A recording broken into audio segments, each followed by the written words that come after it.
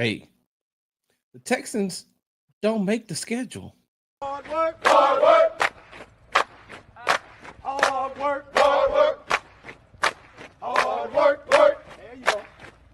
Hard work, work. Everybody doing it right. Hard work, work, work. That's what I say. Hard work, work, work. Earn my pay. Hard work, do it every day. Hard work, work. Get up out of 2:45. Hard work, work. Let me go and earn my pay. Hard work, work. Boots on and lace. Hey, what's going on, y'all? You're tuning into the Sports Talk with Big Sarge show. I'm your host, Big Sarge. Good morning, Alexis. How are you doing? Make sure you follow me on the app formerly known as Twitter at Big Sarge Sports with the Z at the end. Follow me on the Tick and the Talk at Big Sarge Media. Make sure you subscribe to my YouTube channel at Big Sarge Media. Make sure you follow me on Instagram at Big Sarge Sports with the Z at the end. Because, you know, we do everything for the gram. And make sure you are subscribed to the Locked On Texans podcast and to the Locked On Texans YouTube page. What's going on, y'all? I'm back. Now, the only reason that you all didn't get a Tuesday show is because I was traveling back from Dallas after the Houston Texans played the Dallas Cowboys on Monday Night Football. And so I stayed overnight and I had some work I had to do. And then I drove back and I was going to do what Corey said. I was going to do a Big Sarge after dark, but AD and the all 22 guys, all 22, AD and the H-Town Rundown crew were doing their all 22. So I didn't want to step on their toes as far as them doing that. And so, hey, and here we are. I'm here. I'm back. It's Wednesday, and I am here. What's good, HD? Hold on. What's good, HD? Y'all know how we do here. We talk over here. What's good? They call me Mr. Nobody. All right, but before I start the show, the Houston Texans have had some transactions this morning. The Houston Texans have signed the following players to the practice squad: cornerback Miles Bryant and running back J.J. Taylor. And they have released tackle Cameron Irving and defensive end Rashard Weaver. So once again, the Houston Texans have signed Miles Bryant, cornerback, and J.J. Taylor, running back to the practice squad, and they have released Cam Irving, the tackle, and Rashard Weaver, defensive end, from the practice squad. Cam Irving is cool.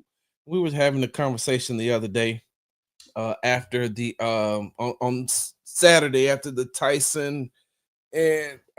Tyson and Jake Paul exhibition. And, hey, that man knows his boxing and he knows his MMA. So he knows it. Hold on for a second. Hey, newsflash, Brandon. Water is wet. Every human blinks. Big Sarge is dark. Like, what we're stating that we're stating the obvious here. I mean, I said that before the game even started, Captain Obvious. I said that, Brandon. Well, what are we talking about here? Now, don't take this personally, because you know over here, Sports Talk with Big Sarge. I don't know how they do it at the other shows, but over here, we have fun. So, we're just glad you didn't get hit by anything at Jerry's World. That's hilarious. That is hilarious. Hey, shout out to the Houston Texans social media crew. I can't wait to see them today to talk about how they put together that graphic with the piece of metal falling from the roof of AT&T Stadium, followed by an L. That was hilarious. All right. So, once again, you tune into Sports Talk with Big Sarge show. I'm your host, Big Sarge. On today's show, we will talk about, please stop with who the Texans' next opponents are. I'm tired of hearing it. Please stop with that. I don't want to hear it anymore. And we're going to talk about, hey, I think Derek Stingley has taken this year personal. And, you know, I know that I'm probably going to make some, well, I know I'm going to make one person mad. Let me, because I didn't think I wrote his name down, but I'm gonna definitely write his name down. He's gonna be mad at me, and I'm probably gonna hear from him, and I'm okay with that. Because if anybody knows, they know I've told him on numerous occasions, don't invite me to your show and then don't send me the invite. Good morning, Amy. Don't invite me to your show and then hold on. What's Gary getting hit by a piece of the Cowboys roof getting hit by Petrie? Hey, that's a very good point. Don't invite me into your show and then you don't, send the invite.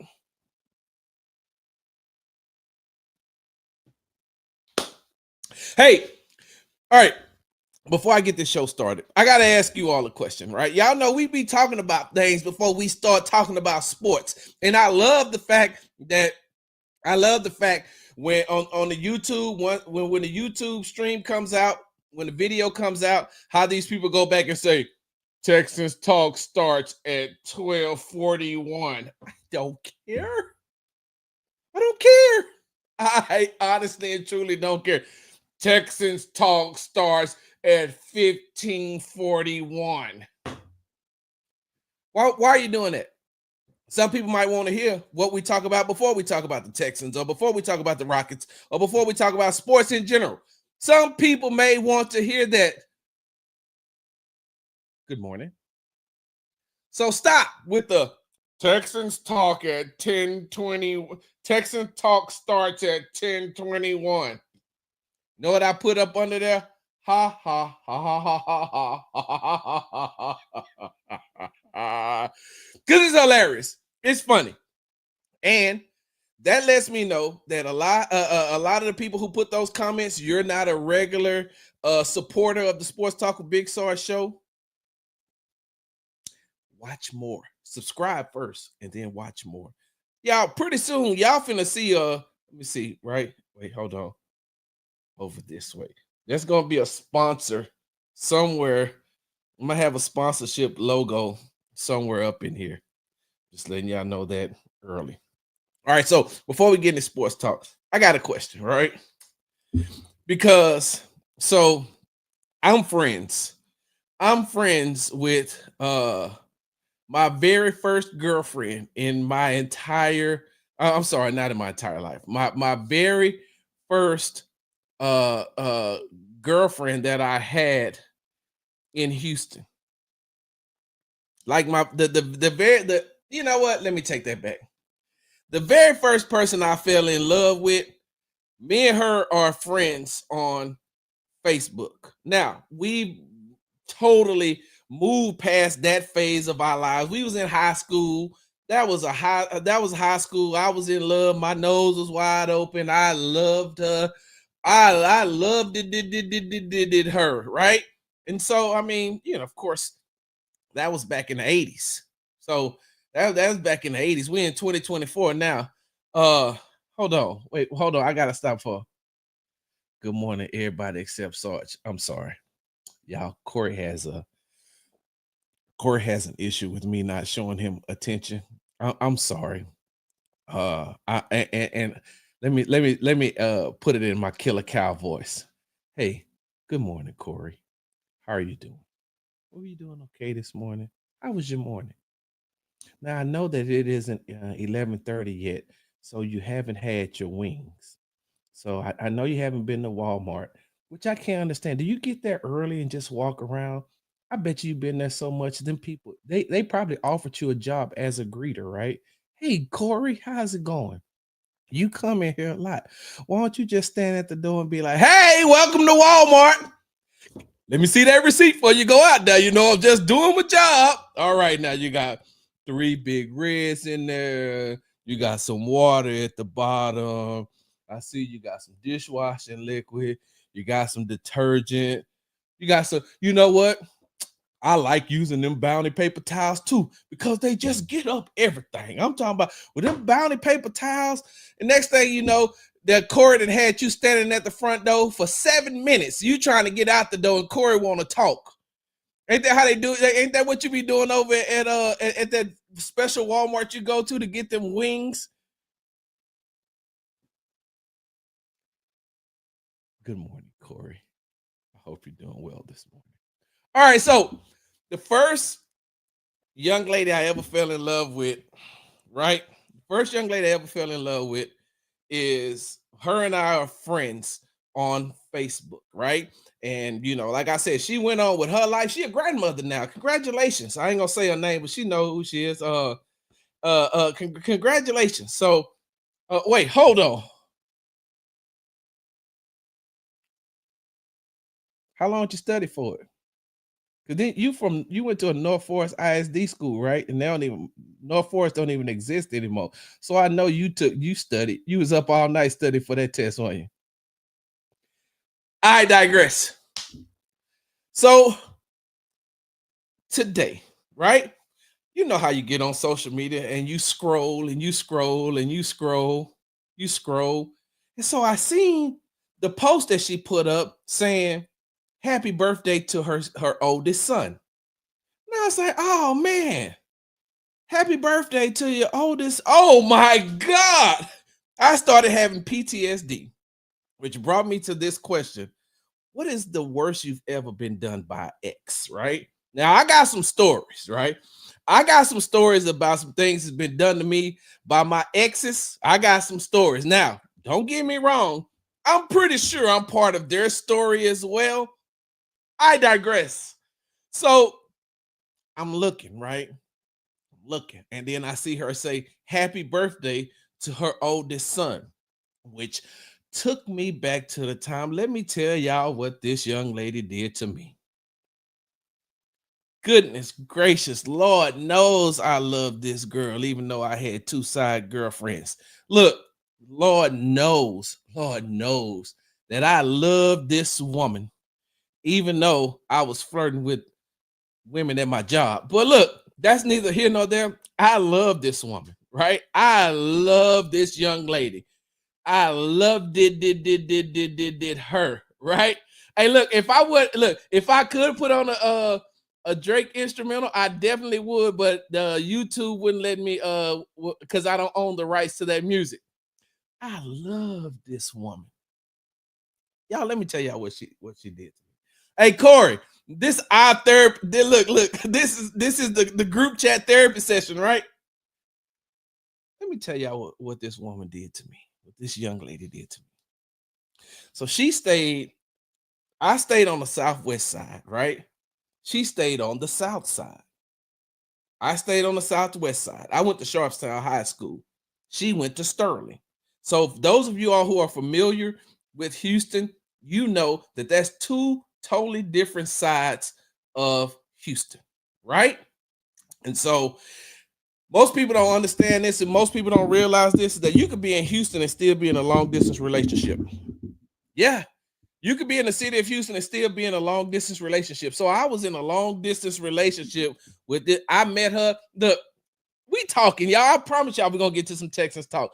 But some of y'all don't remember the days where your partner had a girlfriend, then you be like, hey, tell her to hook me up with somebody. That's exactly what happened.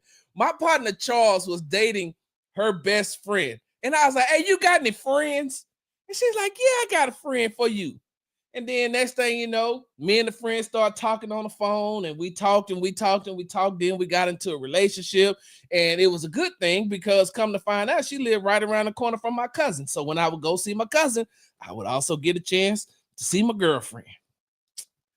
So this young lady came from now. This young lady came from the south side of Houston all the way to southwest side. I was working. I'll never forget. I was working at Randall's right there off of Gessner and West Belford. Some of y'all will remember that. She drove all the way over to see me. Came to my job, right? Came to my job to see me. My girlfriend now came to my job to see me. I took a break. We spent time together. We talked or whatever the case may be. And then she had to leave. So she left. And when her and her homegirl left, good morning to you. Tell you good morning to you. When her and her homegirl left, they stopped by Burger King. And when she stopped by Burger King, some dude came and swept her off her feet with just some words. And then she was gone. He swept her right off her feet. Now I didn't find out till later on the whole story, but man, came along, swept her right off her feet. She ended up marrying him, and that son whose birthday she's celebrating right now is a product of that. Yeah.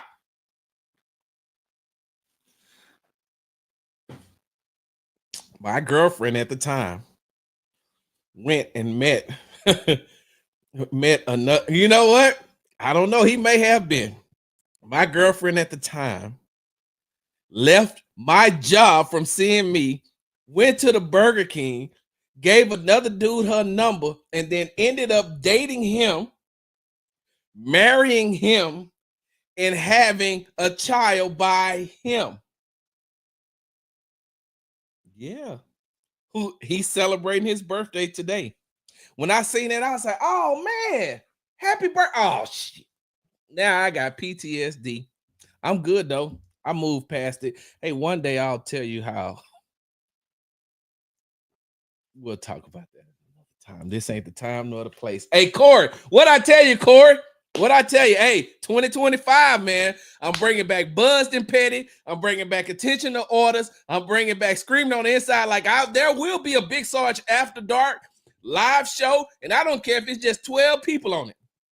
I'm bringing back my show where I don't talk nothing about sports unless it's petty, or unless it has something to do with mental health, or it has something to do with the world. Like there will be a show where it ain't got nothing to do with sports unless it's petty. Like I miss being petty. I miss my Buzzed and Petty show. I miss my Attention to Order show. I'm bringing it back. We'll have stories like this. For those of you all who are just joining the show, what is the worst an ex has ever done to you? Drop it in the comments. We want to read it too. Now, if I can share my pain with y'all,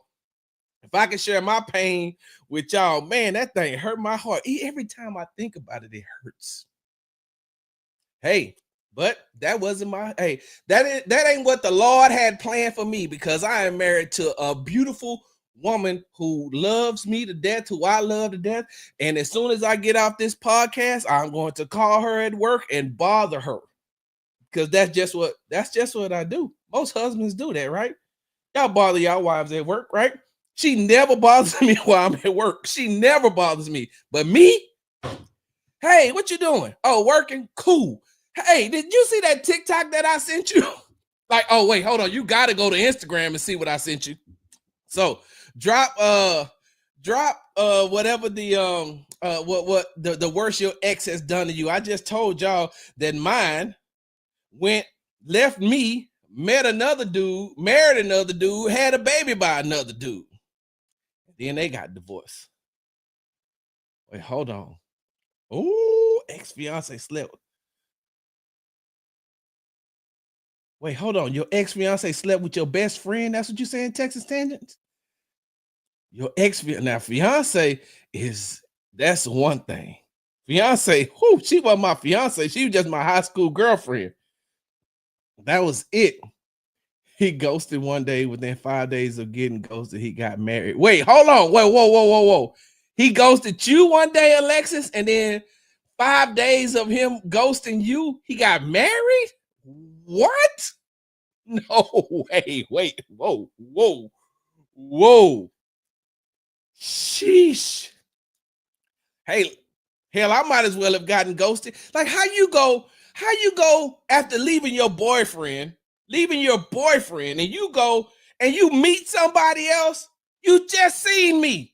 Like, it'd have been different if you'd have been on your side of town and it happened. Cause I never ever cheated on you with a girl who lived on your side of town. I ain't cheat. Listen, hold on. I had some rules. I did not cheat on her with anybody that lived in her district or in her zone or anywhere around her. I respected that. Now, we talking about the Southwest side. That's a totally different story. Now, come on, that's a totally different story. I ain't cheat on her with nobody over there. And I ain't cheating and getting and marry nobody and have no baby by nobody after seeing her.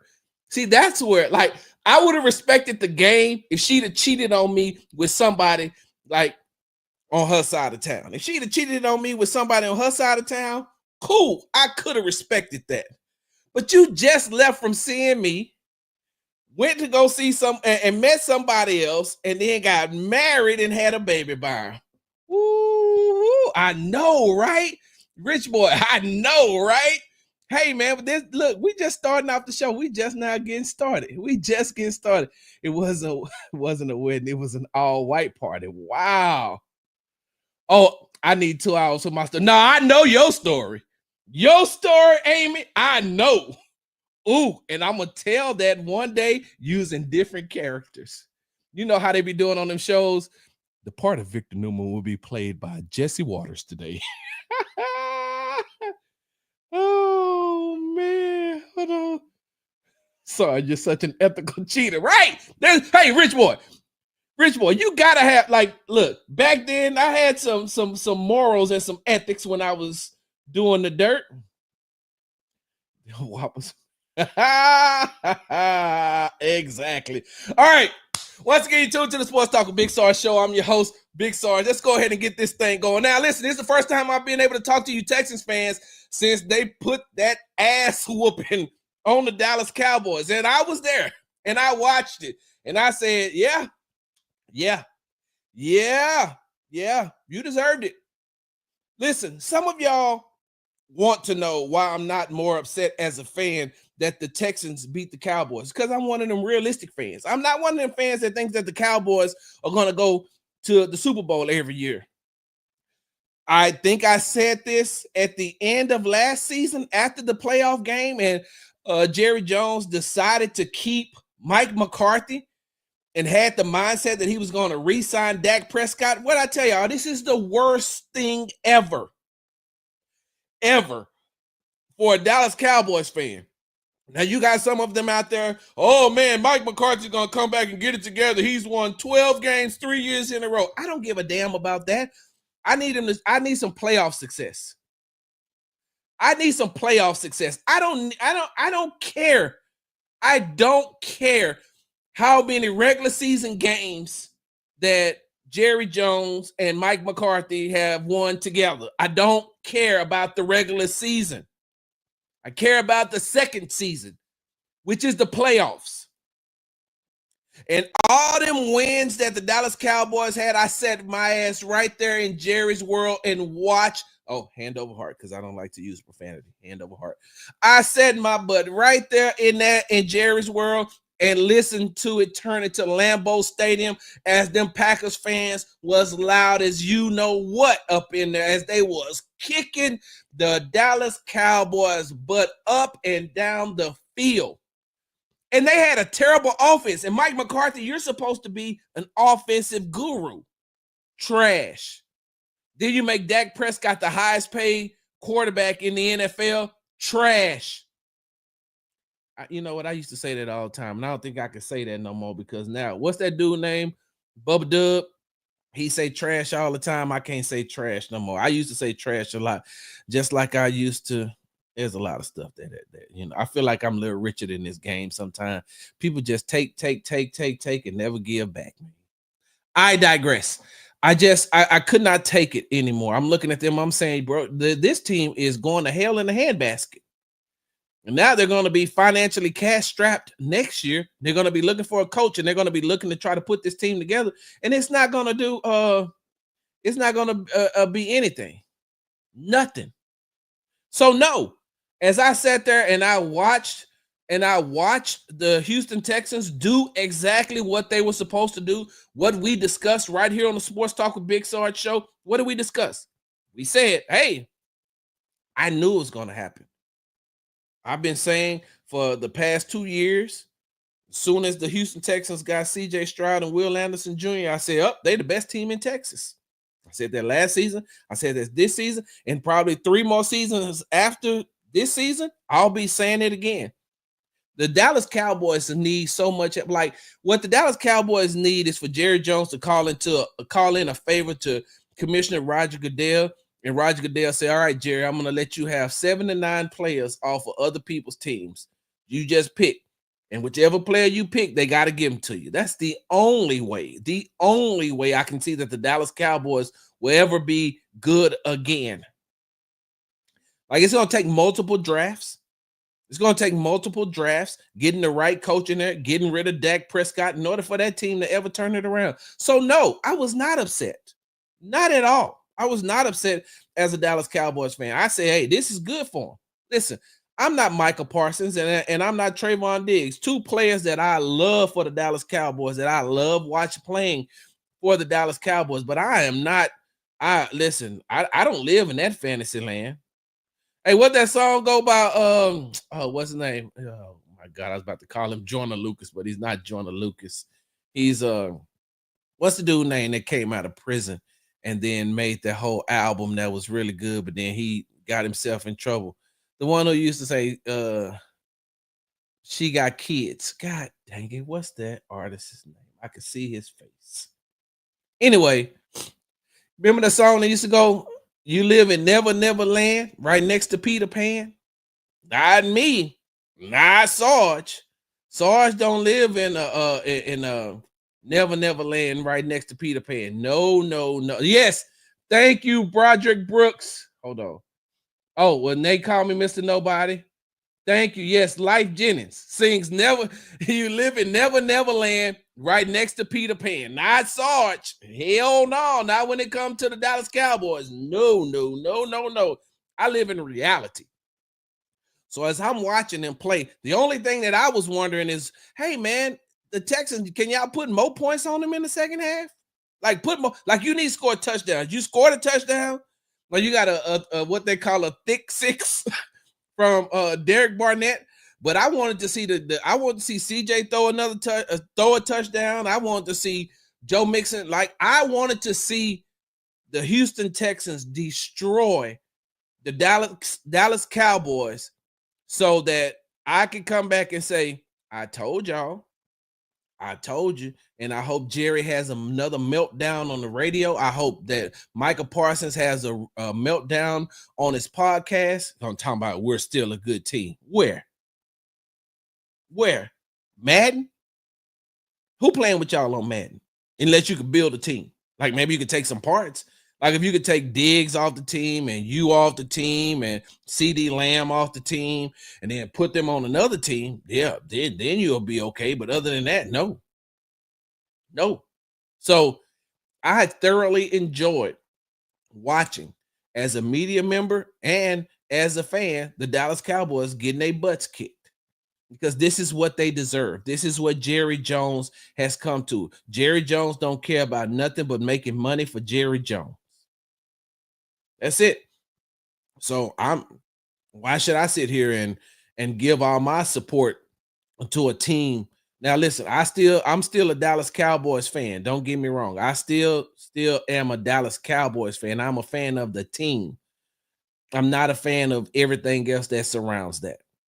Like, this is just my team that I have been rooting for. Y'all know how long I've been rooting for it. I said it all the time. But I at this point, I'm just like, hey, what do they call it when somebody sits in for somebody, like a proxy? Like, I'm just a proxy. I'm a fan, but I'm like a substitute fan. Like, I'm just here. I'm just here because I won't get fired.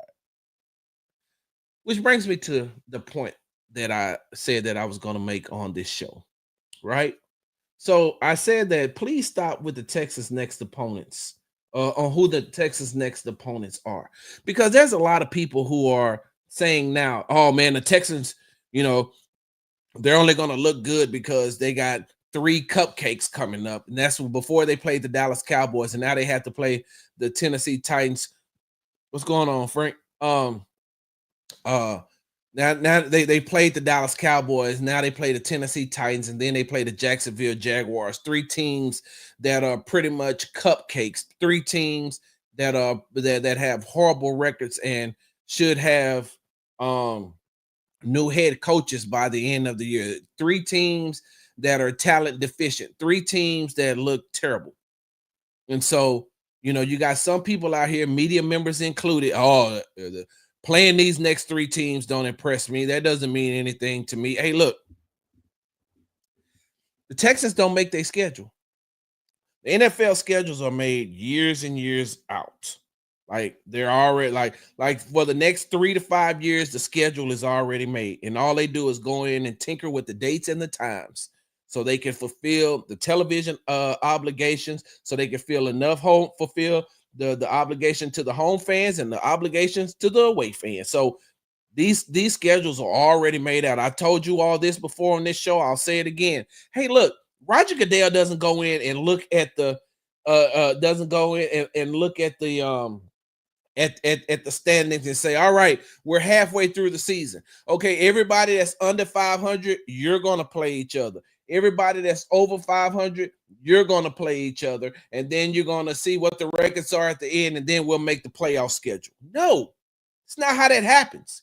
You have to play who's on your schedule. So some of these media members out here who's talking about, oh man, the Texans ain't playing nobody but the Cowboys, the Titans, and the Jags, and they should beat them. And all the stats that they have and the way that they look is going to be fictitious. They're not really this team. They're just gaslighting everybody. They're not going to be they're really not that team. You can't really find out who they are because of their next three opponents. You can't really evaluate what the Houston Texans are going to be because they're playing three cupcake type teams in the Cowboys, the Titans, and the Jags. You know, some of these idiotic statements would probably make sense. Like you probably could make a take out of that. Like you probably could make a social media post out of that if the Detroit Lions hadn't already played these teams. The Detroit Lions have played the Dallas Cowboys. The Detroit Lions has played the Tennessee Titans, and the Detroit Lions have played the Jacksonville Jaguars. The Detroit Lions are the best team in football. Hands down. They are the best team in football. Let me read y'all these scores. The Lions beat the Dallas Cowboys 47-9. The Lions beat the Tennessee Titans 52-14. The Lions beat the Jacksonville Jaguars 52-6. In those three games against the Cowboys, the Titans, and the Jags, the Lions have scored 151 points and only gave up 29. Are you out your damn mind? Are you out of your mind? You know what the Lions did? The Lions did, what's good, AD? The Lions did to the Cowboys, the Titans, and the Jags. Did exactly to them what the Houston Texans should do. And I don't understand why it is that the Lions can do that without any repercussion or recourse or any criticism, but the Texans can't. The Detroit Lions beat the Dallas Cowboys 47-9. Nobody really blinked an eye except ESPN because they love talking about hold on.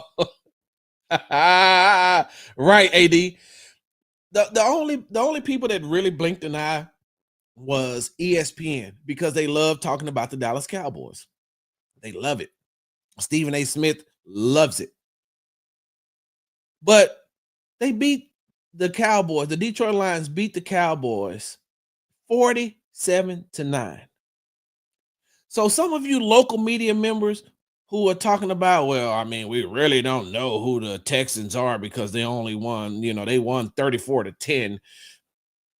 We really can't evaluate them. Well, they did what they're supposed to do.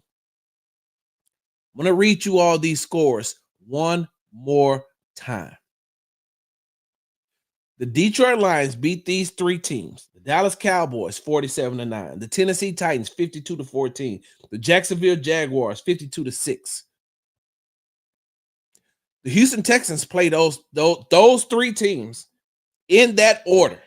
They've already started by beating the Cowboys 34-10.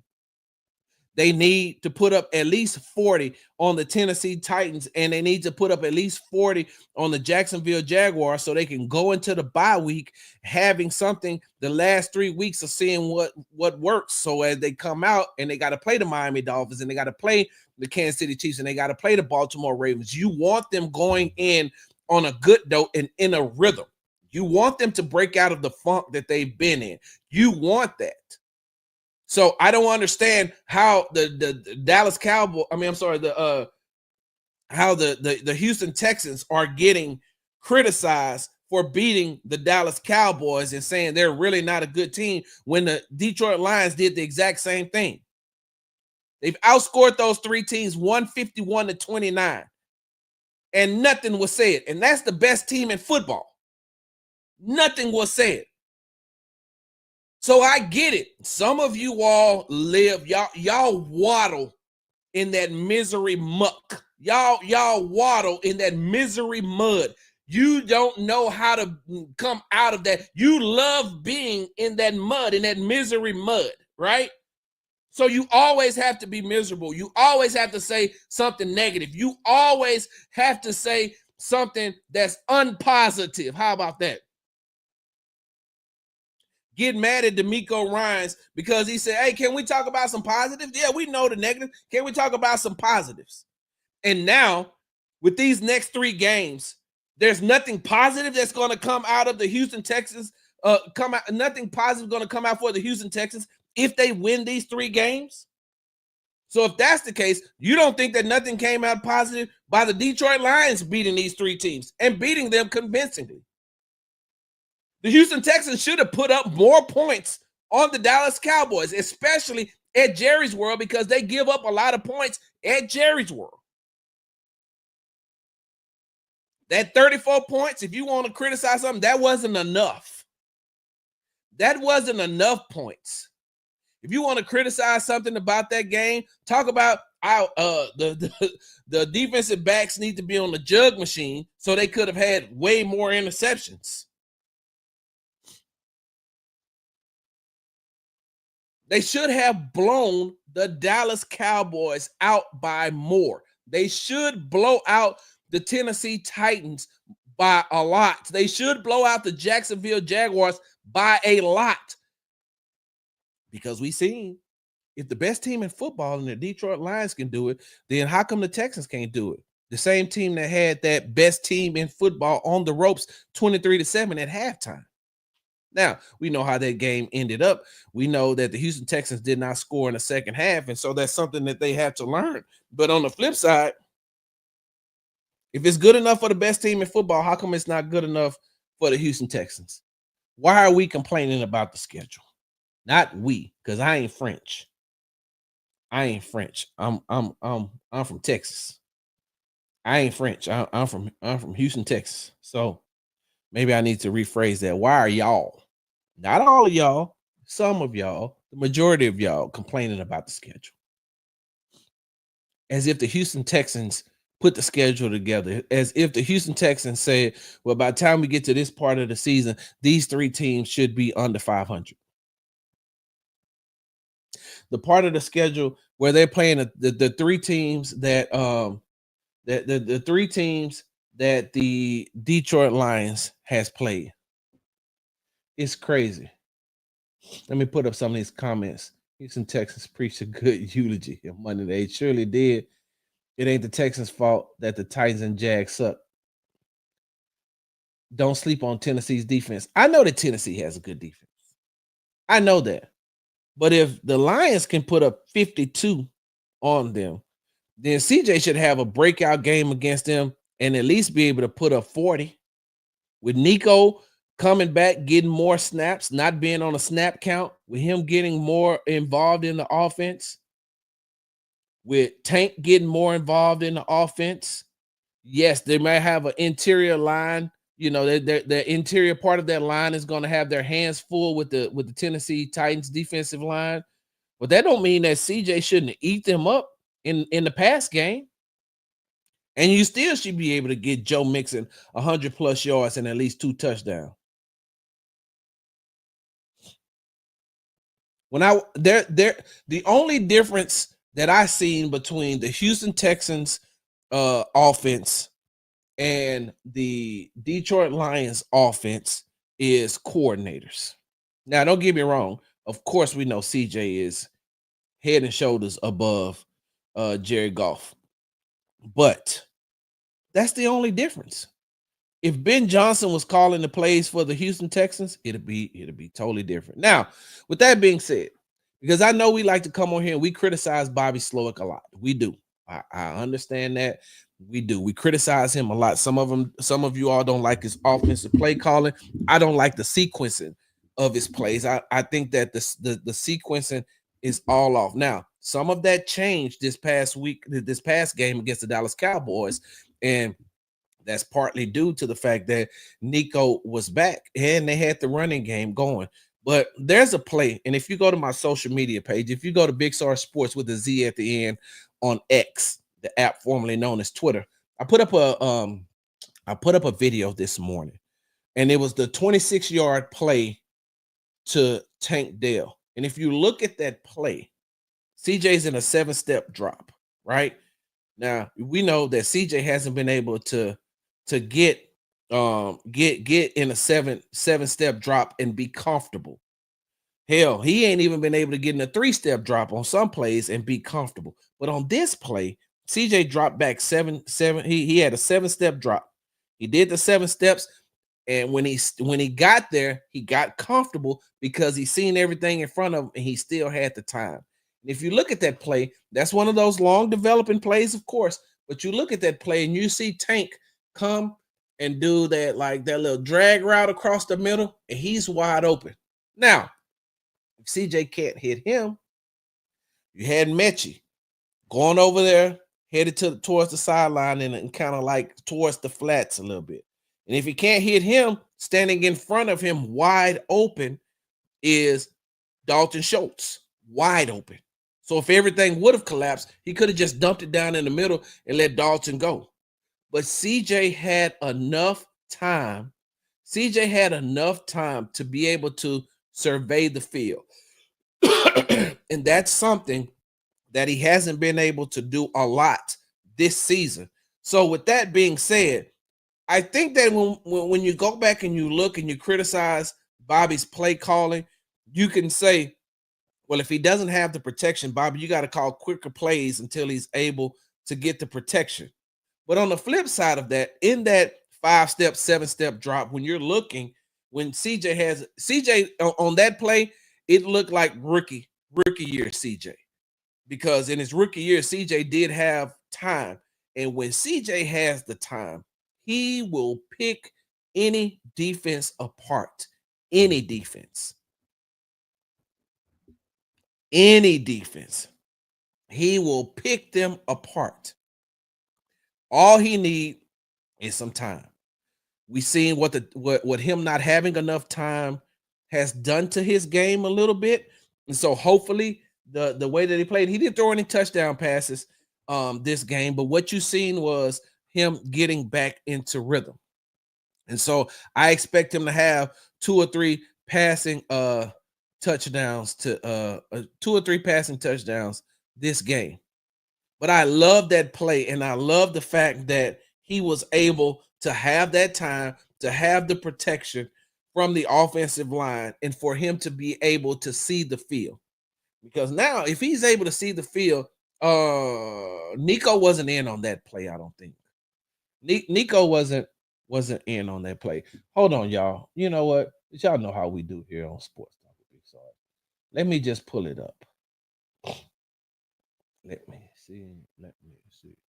Let me see.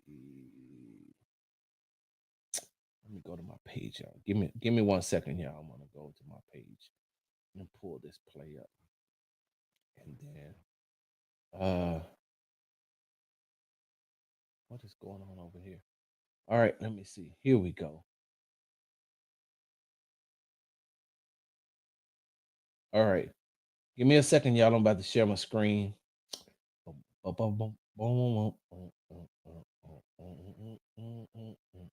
She fine as a walk like a. Y'all don't know about that song, huh? Halle Berry, Halle Berry, Halle Berry, Halle Berry. All right, y'all. Plays will work a lot of the time. I know we give Houston Texans offensive coordinator Bobby Sloak a hard time about the plays that he calls. And, most of the time I give him a hard time is because of the sequencing of the plays. But this is what Bobby sees when he draws up a play. And, to his credit, if the protection is there, these plays will work a lot of the times. I want you to watch Tank Dell, who is right here, and I want you to see what happens on this play. And also look at the multiple options that CJ has on this play. And all Bobby's saying is CJ just needs time, and these plays can happen. What happens on this play? And also look at the multiple options I'm bringing this back for that 1 CJ second. y'all. has on this play.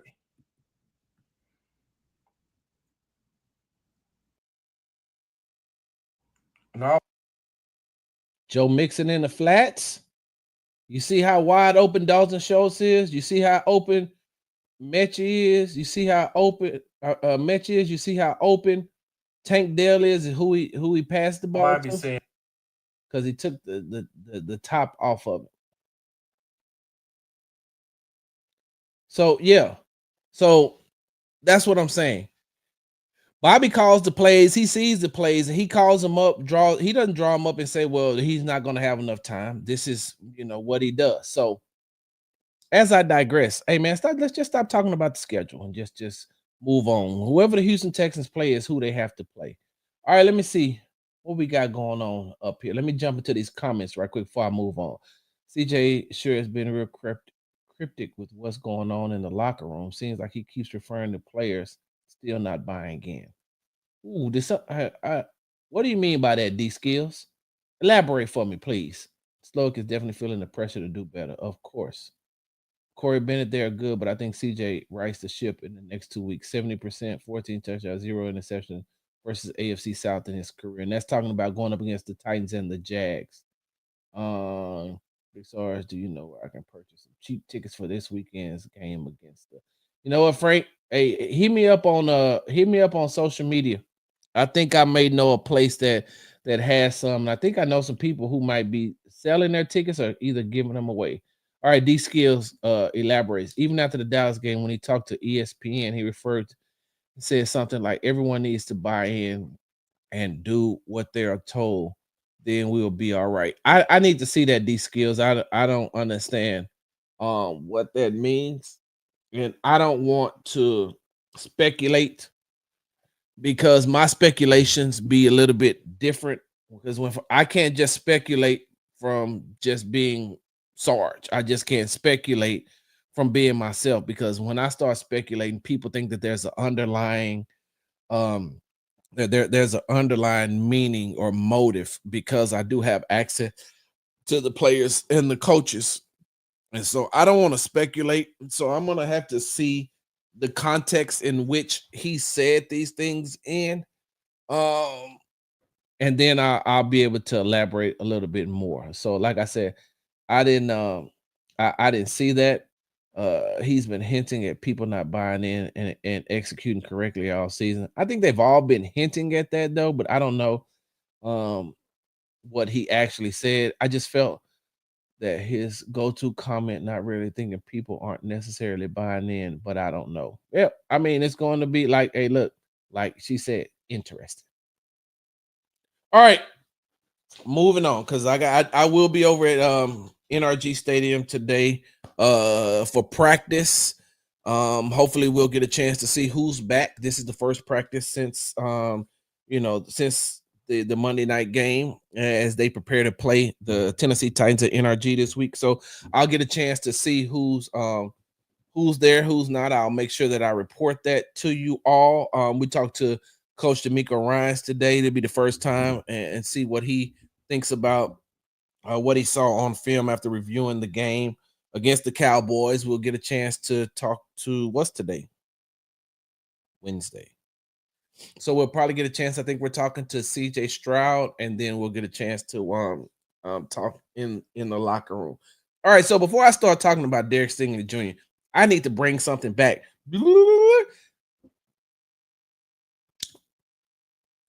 Jalen Petrie is balling. People can say what they want to say, and yes, I know he's had some miscues when it comes to coverage. I got that part. He has had a lot of miscues when it comes to coverage.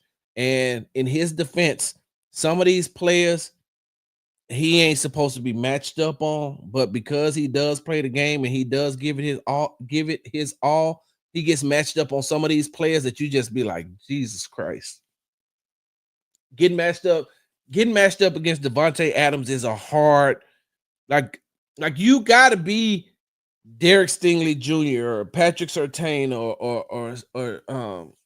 or Sauce Gardner or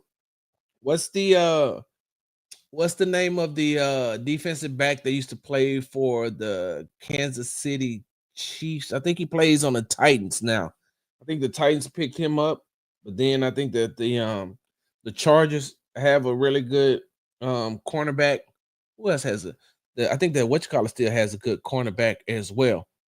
The Kansas City Chiefs, but you look at you look at the way that Derek, you look at the way that Jalen Petrie has been playing, and the one thing that stands out the most is he may not make the play that you're looking for him to make as far as in coverage, but when he gets to that line, when he plays around that line of scrimmage, he is looking to tear somebody's head off.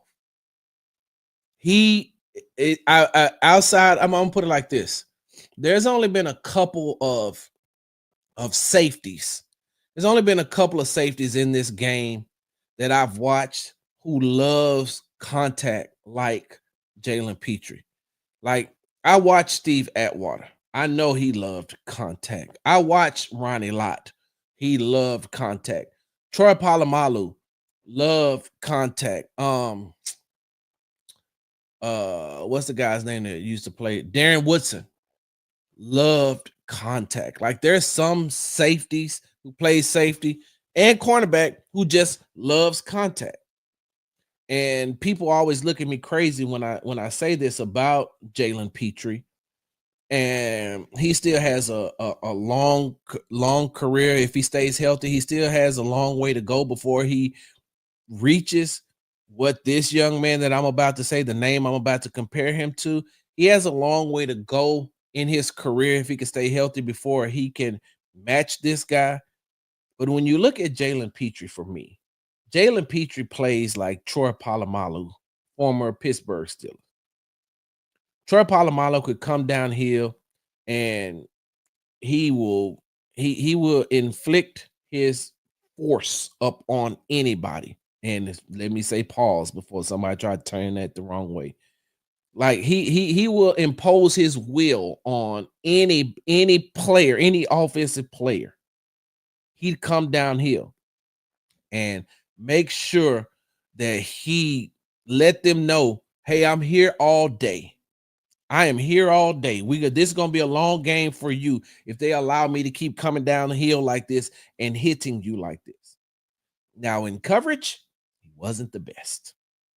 Troy Polamalu could be beat, and I've seen him be beat on numerous occasions. So he wasn't the best cover safety, but he doesn't mind hitting.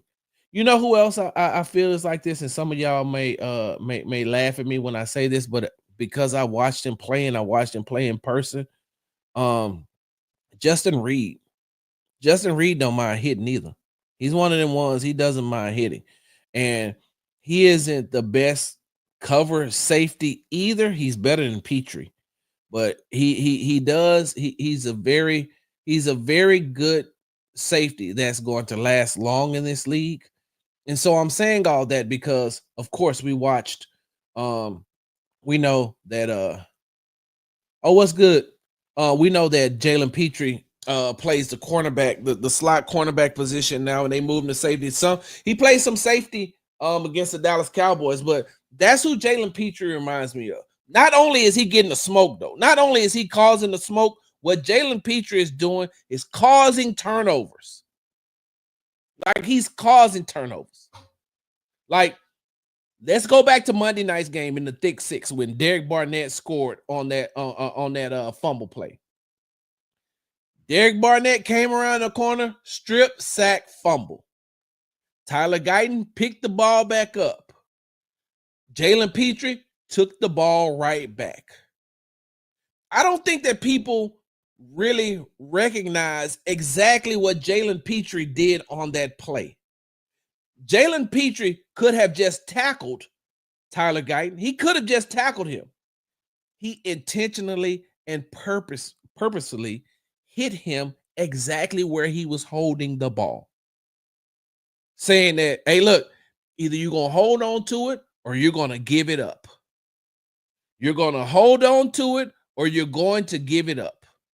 And that's exactly what happened. He hit Tyler Guyton right where the football was.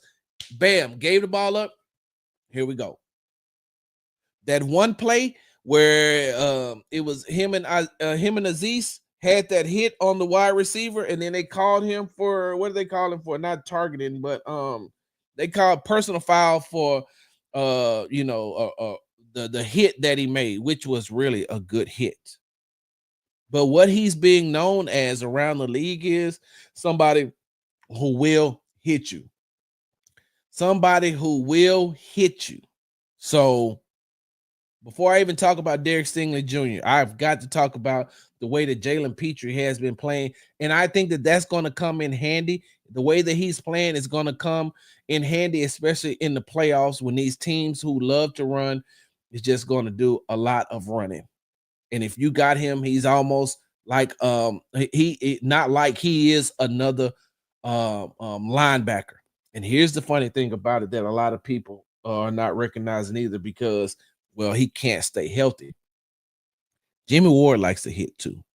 So if you got Jimmy Ward and you got Jalen Petrie on the field at the same time in the defensive backfield, and you got Aziz who loves to hit, and Henry who loves to hit, I'm not even talking about the defensive line. I'm just talking about the linebackers and the secondary. You got all them hitters out there. It's going to make for a long day for people who want to try to run the ball on them. And then when you try to pass the ball, you got Derek Stingley shutting down pretty much one side of the field. And when Kamari Lassiter is healthy, he's had a really good rookie year. On top of Kalen Bullock having a very good year, just making some mistakes. And the reason why I say that is this. Because Duke put up Jeff Okudah is super cheeks. Are you saying that he's super cheeks because of the touchdown that was given up to Turpin? Because I don't want to just assume that's what you're talking about. But if that's what you're talking about, then I want to show you something. Great bounce back year for Petrie. Yes, he is a thumper. Petrie better than Hamilton. Kyle Hamilton? At what position? Not at safety. He's not better than Kyle Hamilton at safety. Petrie's not. Slot corner. Yes. But no. 5'4", 21 and 24. I don't think the group gets talked about enough. Future is bright. Yes. Yes, Lassiter likes to hit as well. House of Pain 2.0. When we find draft replacement for Ward next season, our secondary is going to be young. Looks like a Legion of Boom Part 2 potentially is healthy. Hey, I like that. Yeah. Once they find a replacement for Ward and let Eric Murray still come in. And you know what? I know people's going to talk bad about Eric Murray, but I like the fact that Eric Murray is going to have all these snaps and this game time under his belt. So when he does come in next year to relieve on some plays, he has a better outlook on what he's doing. Right. He doesn't shy away from the contact. Deion Sanders don't need to look for a next coaching job for the Cowboys. He's not going to be an answer. I don't know where that came from. I believe Okudah was expecting safety help to keep it short, and that's why I'm waiting to see what Duke gonna say. D Skills. That's why I'm waiting to see what he's gonna say. Okudah got put in the blender. Yeah. Appreciate that. The check is on the way. Hold on. I will find out if Henry has a concussion. That touchdown is on Jeff. He played very, very bad technique in press coverage on that play. Bullock should have been the eraser, though, still, yeah. Hey, so I'm glad you said that. Let's go to the film. And let me bring that back out. Let me see if I can pull it up right here. Boom, boom, boom, boom, boom, boom, boom, boom, boom, boom, boom, boom, boom, boom, boom. You know what, y'all? Let's just go ahead and watch this first. Hold on for a second. Let's just watch this first, because I talked about it, but like we gotta see it. Let's see it real quick. I love doing this. Let me share this screen with y'all. Let's look at this. This is what I was talking about. This is what I was talking about with Jalen Petrie. No breakdown is needed. We're just going to watch poetry in motion and make sure you stay to the end, because there is a surprise for you.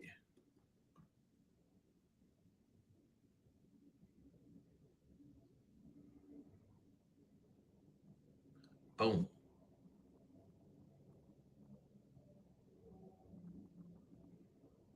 Big six. Well, y'all see D'Amico right there? Did y'all see D'Amico right there? All right, hold on. Now let me go ahead and find what I was really looking for. Hold on.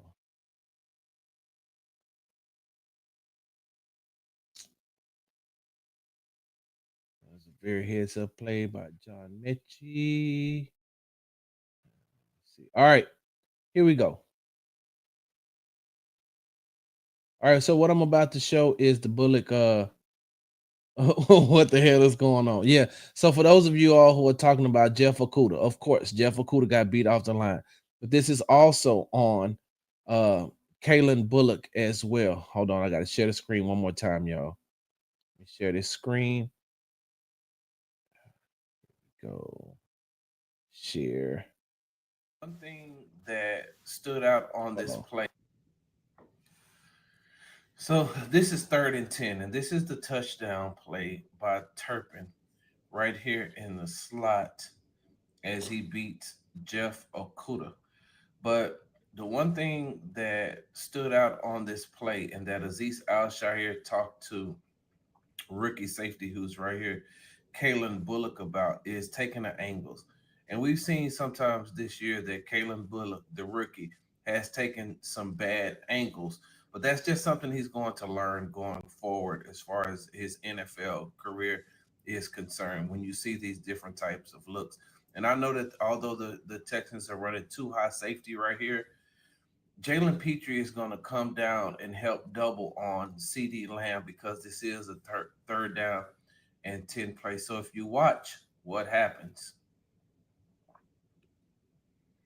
this is why Azeez talked to him, because this is a very bad angle. He should be, and I know that we're playing Monday morning quarterback, but he should be in the middle of the field here, so he can see to get a better view and angle of what's going on.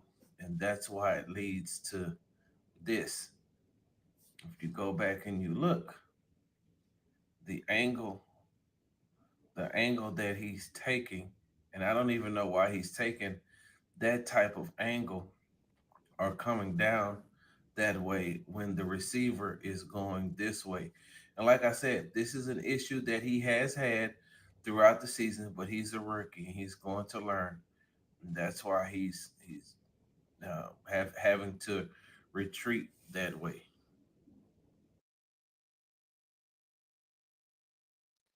So you see that, Duke?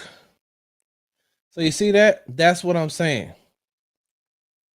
You got to you say you got to buy me hold on for a second. I like that. Hey, Senor Buble, put that up, put that to the side. City of Bang. Hey, look, yeah, I like that too. I gotta buy Sarge a replay. No, don't buy me that D-Skill. Look, I'd rather have something else than that because I don't do them breakdowns like that. I ain't a breakdown guy like that. I'll just go through and watch. I'm not a breakdown. I ain't finna break down every play. You're not finna see me. I'll leave that to the other people. I won't Sting as emergency wide receiver after seeing your clip today. Exactly. Bullock had me saying, what the hell is going on between the sheets up in my home? Baby, let me explain. Oh, it's about to be some I'm sorry, y'all. Got it. Yes, slot corner, but this year they're playing the same position. Yeah, Kuda sucks in general. Boy still got burnt like butter toast. Yeah, so yes, he did. He did get burnt off the line by Turpin. But if you look at the angle in which he took the angle of I got over the top help. He took the angle of I got over the top help. I wish, you know what, and I don't want to have to go through all of that to try to find it again because I do have it in my videos. But if you look at that play, and if you look at the play on where he's where he's playing, where Kalen Bullock is. Kalen Bullock had that same issue a couple of weeks ago when the Texans played the Colts. And if you go back and you look, it was a play where Kamari Lassiter had the wide receiver, Petrie had the slot. It was almost pretty much that same play, except this didn't happen. The Colts ran it. They ran the receiver. They ran the receiver here. He picked Petrie. He picked Petrie, which knocked him off his route, which freed up the wide receiver, right? But Kalen Bullock was so far out of position to the left, looking at Kamari Lassiter's man, instead of just playing up top, even though Kamari still had his man. He's looking at the action going on here while the wide receiver is running this way. So if he takes a step back and and looks at the entire field, that play doesn't go for as much. Now, it'd still probably been a completion, but he would have been right there. But he's over here on the left. He's over here on the left hash, and while the wide receiver is going this way. If you go back and you look at that play that I just showed, it's on my page. You can go pull it up on my Twitter page. It's the exact same thing. He's out of position. What he should have been was, to me, he should have been in the middle of those two hashes, because even if Jeff Okudah is getting beat, right? If Jeff Okudah is still, if Jeff Okudah doesn't get beat and he's holding his man, there's still another wide receiver in the middle that has beat tight end that has beat Henry To'oTo'o in coverage. And that's where he should have been. Bullock should have been right there. So that's all I'm saying is, yes, two things can be true. Jeff Okudah did get beat off the line, and that's a lot of speed. Like, Turpin is one of the fastest players in the NFL. So to me, it just looked like, and I'm going to ask Jeff about the play today when in the locker room, and I'll let you know what he says. When he gets beat off the line like that, the way that he's playing, it looks like he's playing and feeding him into the over-the-top help. Because if Kalen Bullock is standing where he's supposed to be, if he's standing right there, I don't think that Cooper Rush makes that throw because the safety is still standing in the middle of the field. But when at the snap of the ball, he sees that the safety is still standing to his right, still standing in this position. Now I know that I have the whole the middle of the field wide open because everybody else is running different routes. That one route is for Turpin to get open. So that's all I'm saying. That's all I'm saying is that that Jeff could have played that better, but Kalen Bullock also could have helped him out. Cornerback rule 101 in press man coverage. You can't allow the wide receiver to beat you across your face. That was a classic two-man call. Like I said, Jeff Okudah didn't play that the best, but Kalen Bullock didn't help him anyway. Now, so let's stop talking about that though. Let's stop talking about that. And let's just go ahead and talk about somebody who do know how to play the ball. Somebody who do know how to play their position. Hey, man, look. Say what you want to say. Derek Stingley took it personal this year. Derek Stingley took it personal this year. If Derek Stingley does not make All-Pro this year, then that's letting you all know something. That's letting you all know that these voters don't know what the hell they doing. Because Sauce has made it the last 2 years, right? Sauce Gardner has been All-Pro. The cornerback from the New York Jets has been All-Pro the last 2 years.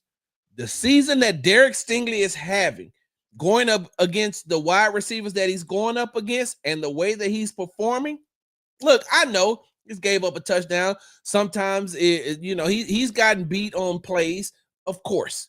And no cornerback, I watched Deion Sanders, who is the best cornerback to ever play the game, get beat on some plays.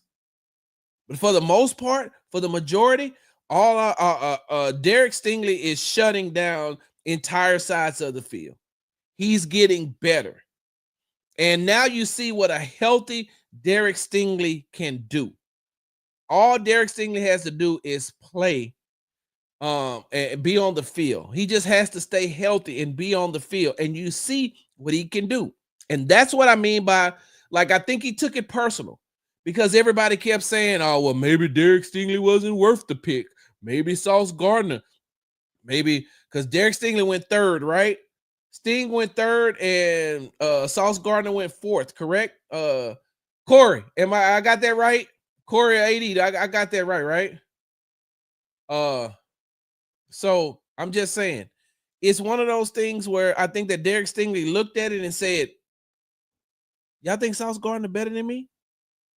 Hold on. Y'all think Sauce Gardner is better than me? I said this on the Locked On Texans podcast, and I'm going to say it again right here. One of the things said about Derek Stingley before he entered into college was, they said, when Derek Stingley gets to LSU, he will be the best cornerback in the nation. That's before he even played a snap for LSU. That's before he even played one down for LSU. They said when he steps on campus, he will be the best cornerback in the nation. And then he went out and proved it. He went out and he proved it. And he won a national championship. And he was an integral part of them winning that national championship on the defensive side of the ball. These wide receivers that they have in the top 5 now, in Justin Jefferson and Jamar Chase, who do you think was holding them in practice? Especially Jamar Chase. There's some other wide receivers in this league that Derek Stingley also has a lot of respect for that went to LSU. A lot of other receivers that play in this league when he was playing at LSU that he had to hold, that he has a lot of respect for and remembers holding them. And he shut the majority of them down. So I don't understand how we can't see by season's end, if he stays healthy, that Derek Stingley is not an all-pro, first team all-pro. First team. And it's crazy because just like Senior Buble says, when you hear Sting talk, you know he just want to talk football. And that's it. You're right. Let me comment on this real quick because I want to go back to another thing that said in there. Let me comment on this real quick. That's all he wants to do. I'm gonna reshare the video of me talking to Derek Stingley in preseason when they were practicing in Ohio before they played the preseason game against Pittsburgh in Pittsburgh. And you'll hear him talking and you'll say to yourself, damn, this young man really knows the game of football.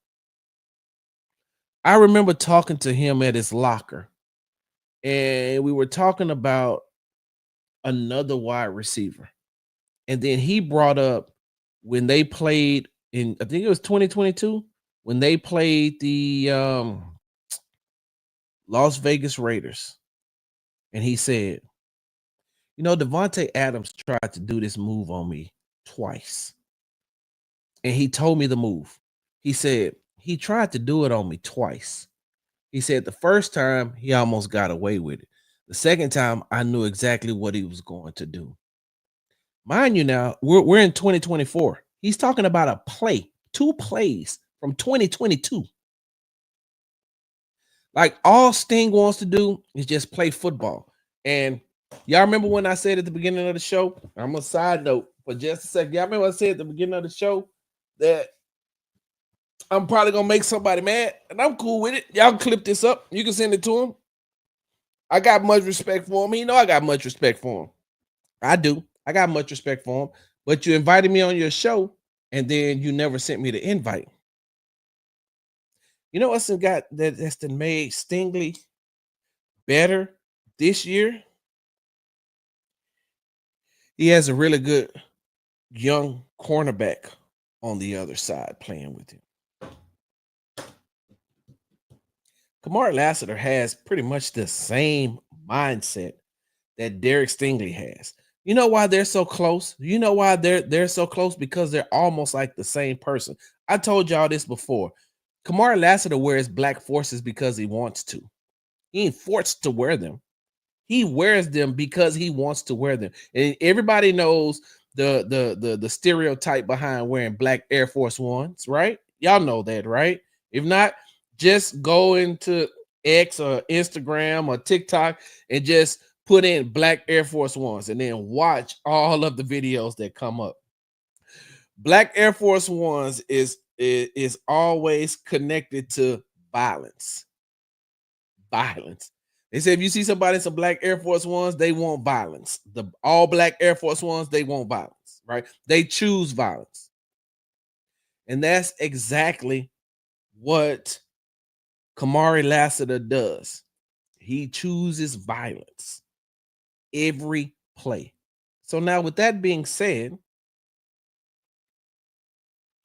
one of the reasons why I feel like Derek Stingley Jr. has taken it up to another level is when Kamari Lassiter is on the field, he already know that side is taken care of. I don't have any firsthand knowledge of this because I never asked and it was never told to me. But maybe Stingley is playing that way because he feels more comfortable with Lassiter over there than he did with Steven Nelson. Y'all can clip this up. You can send it to him. Steven Nelson, you can share this. I know you got a podcast. I'm cool with that. You know, I don't have nothing but respect for you, Mr. Nelson. I've always called you Mr. Nelson. I ain't never called you Steve. I've always called you Mr. Nelson. I've always respected your time when you was in the locker room. But, I mean, on the Sports Talk with Big Sarge show, which is my show, which is part of Big Sarge Media LLC, which I am the proprietor of, not sole proprietor, because my wife and I share this company. But over here, around Normandy and Weston, we keep it the truth over here. Some of y'all don't even know what that means. Y'all don't remember that? Around here on Normandy and Weston, we call this the 20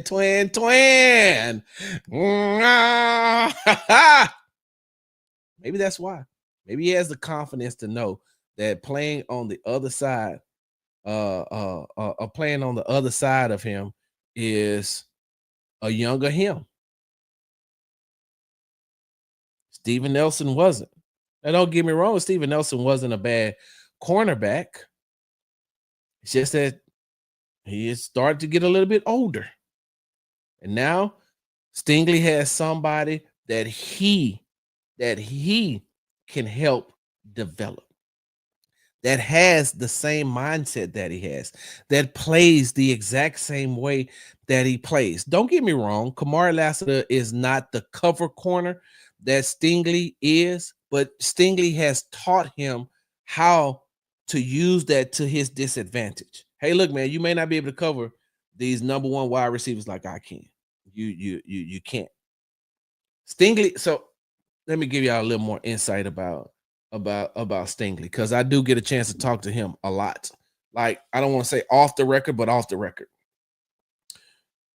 So Stingley says that when I'm playing against a wide receiver, right, and I'm not trying to give away any of his secrets, but I think he said this publicly before too.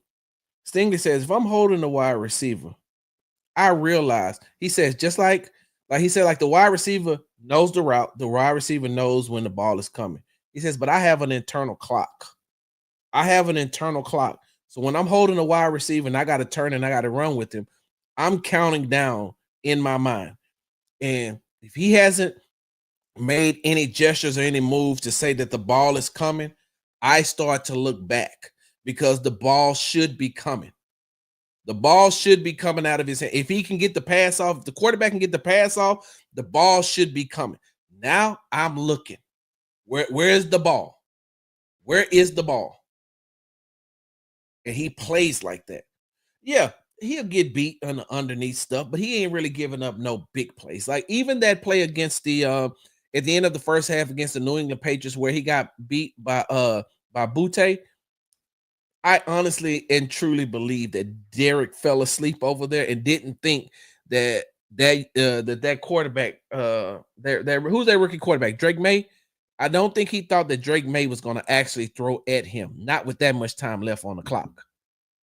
So all I'm saying is that when you look at Derek Stingley, I think that what he's doing is helping a young Kamari Lassiter become better. And Kamari already doesn't have a fear of tackling.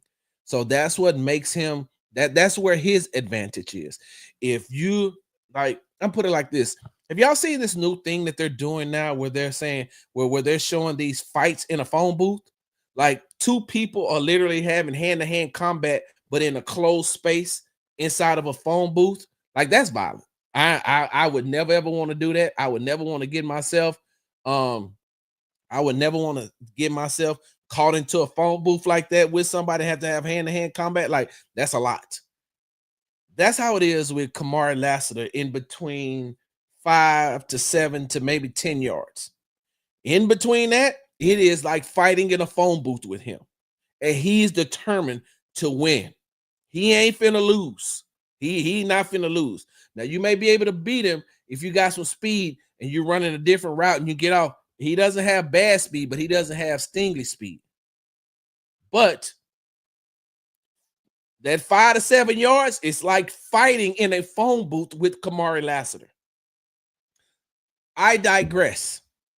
He's learning. And so what Derek Stingley is doing is saying, now, just like I was mentored coming in to LSU, just like I was mentored coming, because don't they call LSU DBU? I think they call LSU DBU. So just like they came back and they taught me and how I was taught coming into the league by some of the veterans, now I'm able to give back. And he's not that much older than Kamari Lassiter, but by the same token, he's been in the league. This is his 3rd year. So now he's been he sees a lot, he knows a lot to go on top of that. So teaching him, that's one of that's why when it's time to sign Derek Stingley, you got to give him what he wants. I'm sorry. I know that sounds crazy. But when it's time to extend Derek Stingley, you're going to have to give him what he wants. No ifs, ands, or buts about it. Derek Stingley is a top 5 cornerback in this league, and he's still young. And he still can play. And he has that influence not only on Kamari Lassiter, but on Kalen Bullock, on Jalen Petrie. That's a unit. That's a unit. And so you got to give him whatever he wants.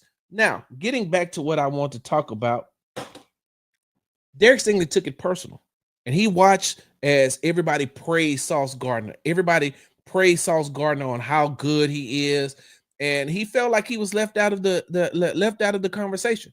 Derek is not a big talker, so he's not going to come out and just say, yo, man, y'all gonna forget about me? Oh, okay.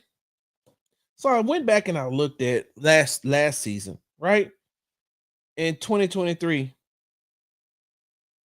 Sauce Gardner made first team All-Pro.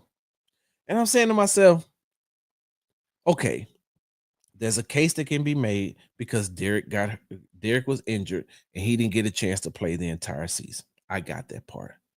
But even the amount of games that he played in, he still looked better than Sauce Gardner. And if I'm not mistaken, somebody fact check me if I'm wrong. Hey, didn't Derek Stingley have 5 interceptions last year? He only played 11 games. Didn't he have 5 interceptions? Now, side note, he should have had at least 4 against the Cowboys. He should have had at least 4. And after the game, I said, hey, man, I know for a fact you should have had 2. He said, I should have had 5.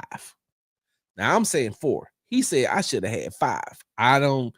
I can think of 3, maybe 4. I don't know where the 5th one's coming from, but he know better than I do. He knew what he was looking at. So he said, I should have had 5. He had 5 last season, right? Sauce Gardner got 2 in his entire career. Just like somebody just said here in the comments, Kamara has, look, and he does. Kamara has more career picks than Sauce Gardner. And this ain't no hate on Sauce Gardner, because I think that Sauce Gardner is good as well. I think he might have hitched his wagon to the wrong horse as far as Aaron Rodgers is concerned. I think that he got too friendly too quick with Aaron Rodgers, and that franchise is horrible right now. The Jets are in disarray, which is why another reason why I don't see how the Houston Texans lost to them.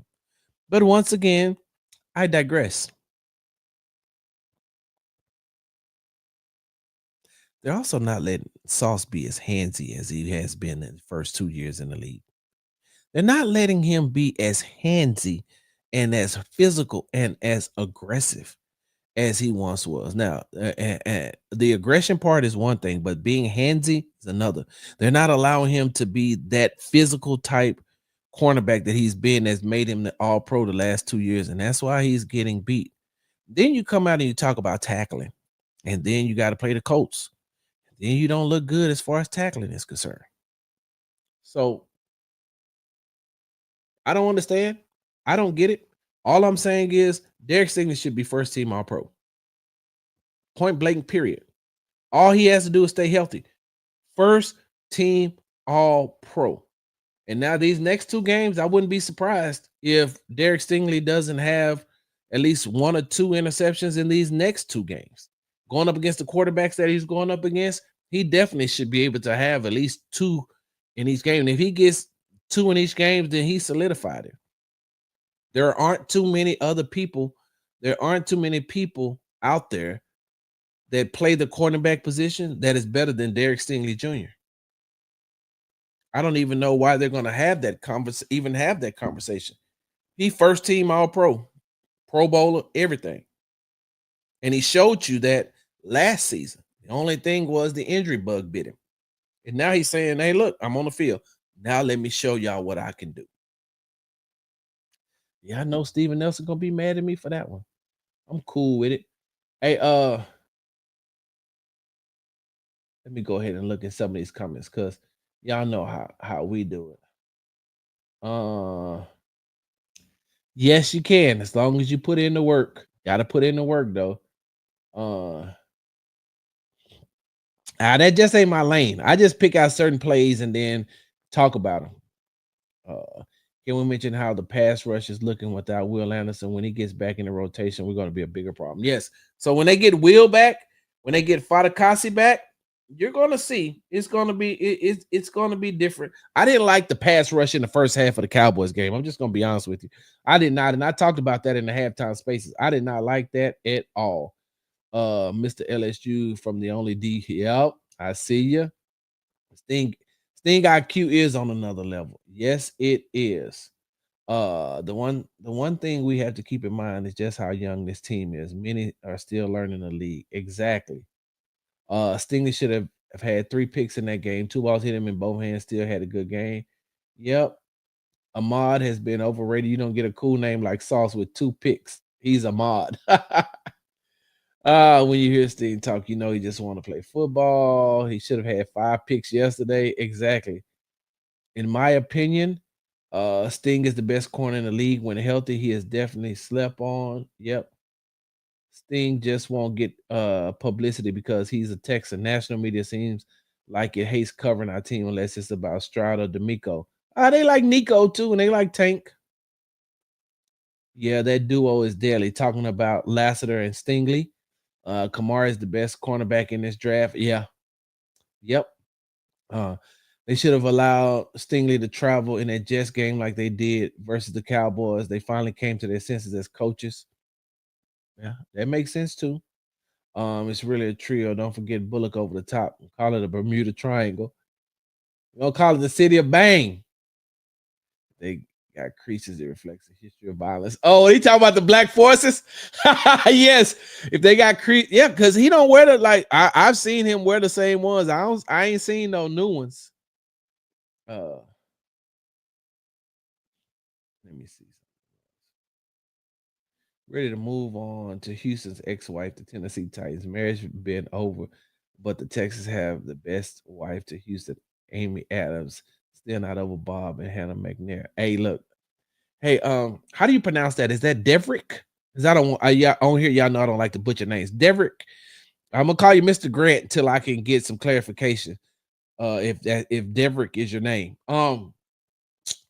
This is funny because there is a genuine uh a genuine competitive nature that rises when the Houston Texans plays the Tennessee Titans, especially between Hannah McNair and Amy Adams.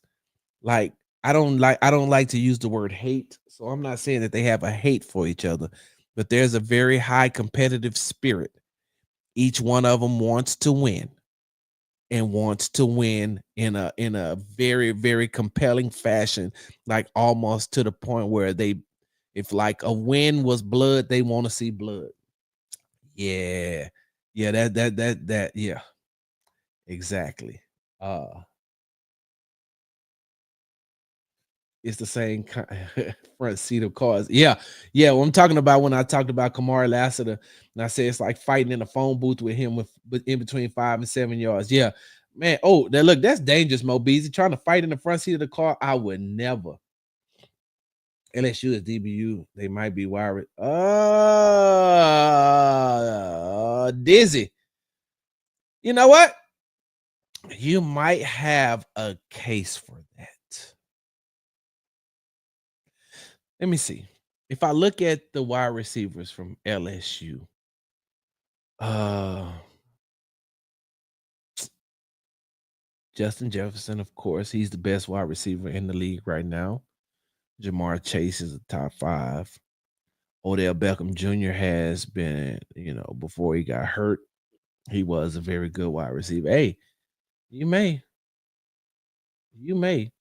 That may have a point. Texas would be crazy not to pay Sting. Hey, can you name me some more outside of Justin Jefferson and Jamar Chase though?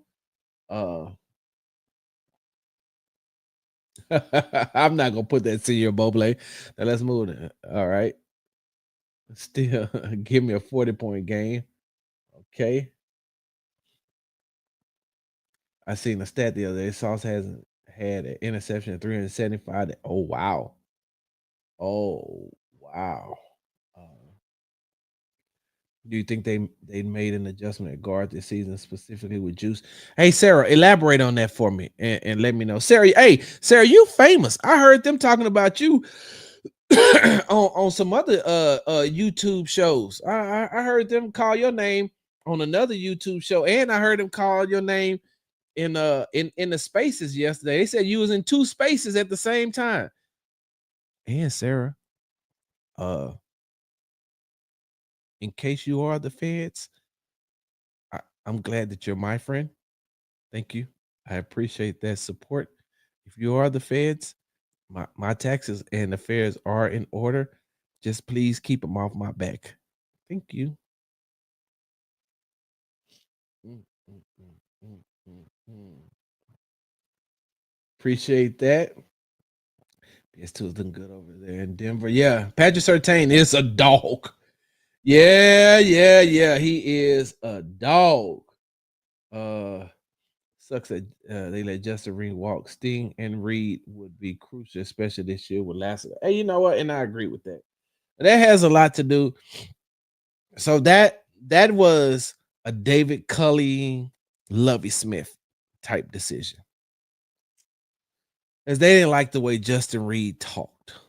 And that's crazy. Because first of all, they didn't like the way he talked because he talks as a competitor that's played the game who plays the game at a high level. I'm not saying they about his intelligence because he went to Stanford. And you can tell when you're talking to him about everything outside of football that he went to Stanford.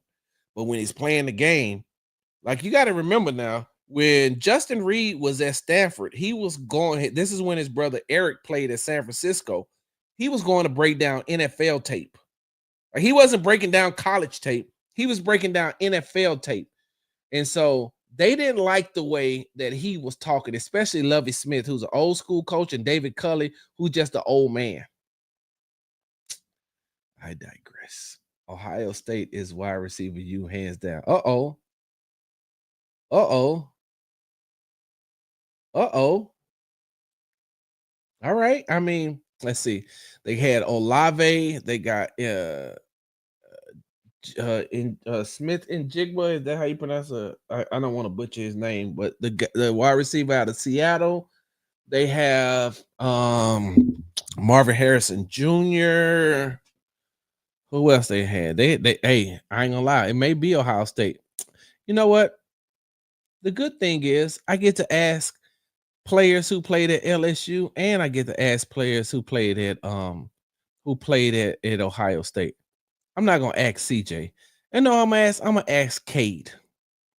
I'm gonna ask Cade Stover, who has the best wide receivers, Ohio State or LSU. And then I'm gonna ask Stingley, who has the best. I'm gonna let y'all know. Yeah, y'all remind me of that tomorrow. All right, y'all wait, what's tomorrow? Thursday. Hey, tomorrow, look, I can give y'all an early show if y'all want one in the mornings. I can do an early show. I can do like a 7:30 show, even though I gotta get my haircut at 9. I can give y'all a 7:30 show if y'all want. If y'all gonna be, if I can get at least 10 people to say that they'll come on here for a 7:30 show, I'll do it. If it's just 10 people and me, man, I'll do it. Ooh, give T. Higgins the money. Okay. Gotcha. Okay. Hey man, I'm just saying. Landry, Thomas, Marshall, Chark. Okay. Hold on. Jefferson Neighbors. Yeah. You know what? Yeah, Jefferson Neighbors, Thomas Jr. Hey. Hey, man. Now y'all might have won me back over. Now y'all may have won me back over. Scary Terry and Garrett. Yeah. Tony. Yeah. Hey, AD or Corey, can y'all put that when y'all had a group chat? Can we bring that up? Damn, imagine if you don't like a player because he's smarter than you. Yeah, Lovey was just setting his ways. David Culley was just, I'm just happy to be here. I'm just here so I won't get fined. For the old line, I was wondering if you think the Texans will make another adjustment at the line or personnel switch up this season. No, I think that's pretty much set. I think it's pretty much set. And I think that the more that Patterson and Juice plays together, that's what they're going to stick with. And that's what they're getting better. They're getting better. If it isn't Ohio State, they just started pushing out good wide receivers. LSU been pushing out wide receivers for decades. We're going to see. Say LSU. Thank you. All right. I got 2 people. Before I get ready to get up off of here, if I can get at least 8 people to say that they'll be here they'll come for 7:30 shows on Thursdays, hey, I'll be here. Saying Lovey was setting his ways is the understatement of the year. D Skills, you know. D Skill, you know. And you know how he is. I'll be on there for sure in the morning. Lou, I appreciate that. And then I'll see you at the barbershop, Lou. AM, yes. Yes, AD. AM. Yes. Oh, Dwayne Bowe, yeah, I forgot. Sarah said she'll be there. Tony said he'll be there. Now, this is an interesting thing. I think it's time to move on from Pierce as much as I don't like it. I had that conversation the other day with Cody Davis. I had that conversation the other day. D Skills say he'll be there. All right. D Monty Magic said he gonna be there. Hey, look, Thursday morning, 7:30. Sports Talk with Big Sarge. We'll be in the building. Y'all go to my Twitter page. Drop in some comments on what y'all want to talk about. Y'all drop in your comments drop in the comments what y'all want to talk about on the show, and we'll do it on Freestyle Fridays. How about that? Freestyle Fridays has now become the supporters of Sports Talk with Big Sarge show. Y'all know we talk about any and everything on Fridays anyway, and so just go and send me topics on what you want to talk about on Fridays, and then I'll choose some, and then that's exactly what we'll do. All right. Hold on. This is a good thing. The line looks substantially better than last week. They just need time together, just like FTX. There's a learning curve that comes with the change. Yep, you're right. I'll be there and I'll bring. No, you good. You can keep the spread. Just come. Just show up. You ain't got to bring nothing. If you do, get like some knives or some plastic forks. No, hold on. You can make dry spread. No knives, no forks. You just bring paper plates. I don't even know. Can you may be able to make a shank out of that too? But you know what? Just your presence is good enough. Just don't show up in no black Air Force Ones. All right, y'all. I'm about to get ready to get up out of here. Thank y'all for letting me have my therapy session at the top of the show. Hey, listen, you can follow me on the app formerly known as Twitter at Big Sarge Sports with a Z at the end. It ain't got the end when the show ends. Hey, go ahead, y'all drop your comments over there about the worst thing that your ex has ever done to y'all. For those of y'all who came late, I won't rehash the whole story. All I'm gonna say is on today, the first love of my life is celebrating her oldest son's birthday, and the guy that she married and had the son by, she met him after seeing me at my job and met him at a Burger King. Yeah. So y'all drop comments onto my on my Twitter page on what's the worst you've ever been done by an ex, because that was horrible. She know it too. Later on, like I said, later on, I'm gonna tell y'all the other side of the story. I'm gonna tell y'all to get back. We're gonna talk about that. She knew she was wrong. She knew she was wrong. She was just wrong for that. She was wrong. Make sure you follow me on the app formerly known as Twitter at Big Sarge Sports with a Z at the end. Follow me on the Tick and the Talk at Big Sarge Media. Make sure you subscribe to my YouTube page at Big Sarge Media. Make sure you follow me on Instagram at Big Sarge Sports with the Z at the end, because we do everything for the gram. And make sure you subscribe to the Locked On Texans podcast and to the Locked On Texans YouTube page. And thank God I'm home, because I couldn't stay in Dallas another day. To this day, Sarge can't go to Burger King without crying. Wait, hold on. Yes, I'm part of them too. You know what? Maybe that's why I hate fucking Whoppers. Son of a can't stand them sons of them. I always want to put. Look, hold on. Hey, I got a couple of more minutes. Let me stay right here for a second. I'm not doing the outro anymore though. Let me stay here for a couple of seconds. Yeah, man. So you man, F Burger King, man. Always putting in some fries with your onion rings. Y'all ever got that? Let me stop lying. I ain't finna play with y'all on here. I ain't gonna even play with y'all on here. I like Burger King. I do. I like Whoppers. I do. But I just go through the drive-thru. I can't tell you the last time I've been on the inside of a Burger King. Hey, they got good Hershey pies too. Sunday Hershey pies. Oh, those are amazing. I can't tell you. You know what? Is that the reason? Hey, I think we just had a breakthrough. Y'all better than my therapist. Maybe that's why I don't go inside of Burger King's.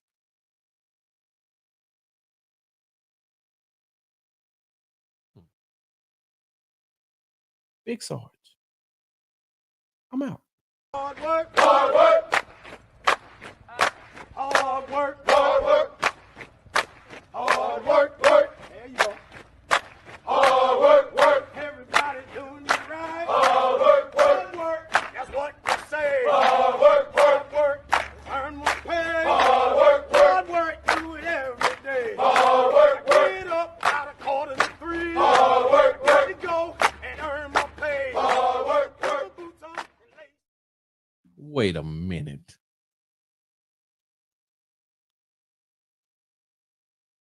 What? Look, I know I need to brush my hair, but at 53, I still got a good hairline. I just need to brush it once I take that hat off. I still got a good hairline and I still got a good grade of hair. I got Native American, because you can't say that other word without getting canceled. I got Native American in my family. She had it her way. Thank you, DeMonte Magic, for adding. Thank you for adding to my trauma. Just when I thought I had a breakthrough, and then you gonna come back and you gonna say something like that. I'm out.